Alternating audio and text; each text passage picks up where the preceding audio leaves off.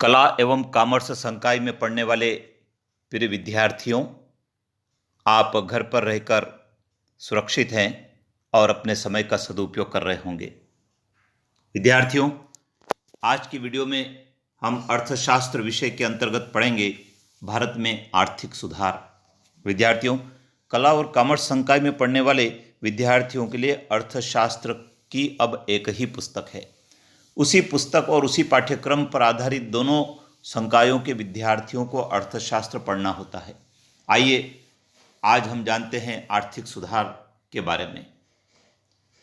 विद्यार्थियों, आज की वीडियो में हम बात करेंगे आर्थिक सुधार या आर्थिक नीति क्या है, आर्थिक सुधार या आर्थिक नीति की आवश्यकता क्यों हुई और आर्थिक सुधार के उद्देश्य क्या हैं। आइए जान लेते हैं सबसे पहले आर्थिक सुधार या आर्थिक नीति क्या है। भारत देश को आर्थिक संकट से उबारने के लिए एवं आर्थिक विकास को गति देने के लिए जुलाई 1991 में भारत सरकार ने आर्थिक सुधार कार्यक्रम प्रारंभ किए थे, जिन्हें नई आर्थिक नीति भी कहा गया है। आर्थिक नीति की आवश्यकता की यदि हम बात करें तो सबसे पहली आवश्यकता इसलिए पड़ी क्योंकि खाड़ी संकट सामने था। सन 1990 में इराक ईरान युद्ध के कारण तेल की कीमतों में बेतहाशा वृद्धि हुई, जिससे भारत की संपूर्ण अर्थव्यवस्था प्रभावित हुई और आर्थिक समस्याओं का सामना करना पड़ा। विदेशी भुगतान की समस्या उत्पन्न हो गई और इस समय देश में राजनीतिक स्थिरता भी रही। इन सभी कारणों से भारतीय अर्थव्यवस्था में अंतर्राष्ट्रीय विश्वास में कमी आ गई। परिणाम स्वरूप आर्थिक सुधार कार्यक्रम लागू करने पड़े। राजकोषीय घाटे में वृद्धि हुई। सन 1991 के पूर्व गैर विकास व्यय में निरंतर वृद्धि होने के कारण राजकोषीय घाटा बढ़ता चला गया और ऋणों पर दिया जाने वाला ब्याज भी सरकार को काफी भारी पड़ा। परिणाम स्वरूप इस बात की आवश्यकता महसूस की गई कि आर्थिक सुधार कार्यक्रम लागू किए जाए और गैर विकासात्मक व्ययों में कटौती करके राजकोषीय घाटे को कम किया जाए। प्रतिकूल भुगतान संतुलन। विद्यार्थियों, जब देश के कुल आयात कुल निर्यात मूल्यों से अधिक हो जाते हैं तो भुगतान संतुलन प्रतिकूल हो जाता है, और जब भुगतान संतुलन प्रतिकूल हो जाता है तो ऐसी दशा में अर्थव्यवस्था की स्थिति बिगड़ने लगती है और इस स्थिति का सामना करने के लिए देश को अंतर्राष्ट्रीय मुद्रा कोष और विश्व बैंक जैसी संस्थाओं से ऋण लेना आवश्यक हो जाता है। और ये संस्थाएं तभी ऋण देती है जब ऋण लेने वाला देश आर्थिक सुधार कार्यक्रम या नई आर्थिक नीति को लागू करता है।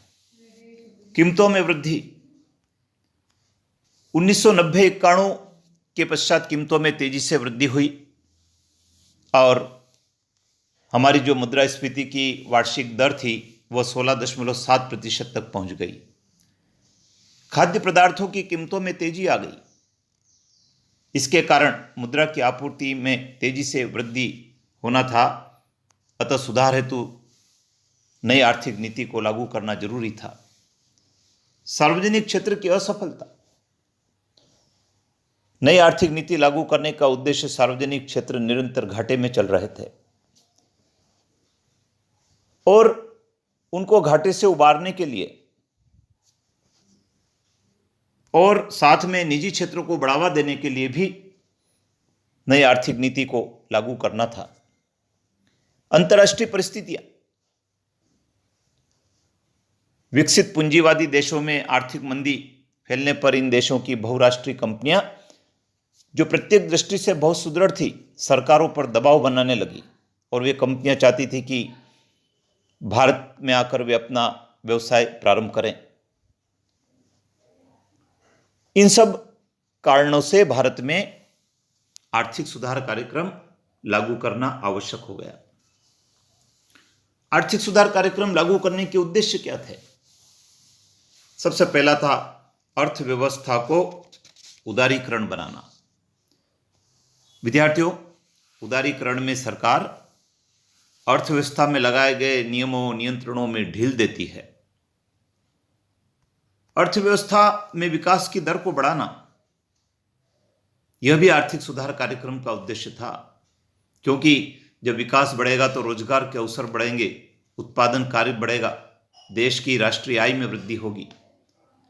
उत्पादन इकाइयों की कार्यकुशलता एवं उत्पादकता स्तर में सुधार लाना भी आर्थिक सुधार कार्यक्रम का उद्देश्य था, और ये सुधार नई औद्योगिक नीति के परिणाम स्वरूप आने की उम्मीद जताई गई।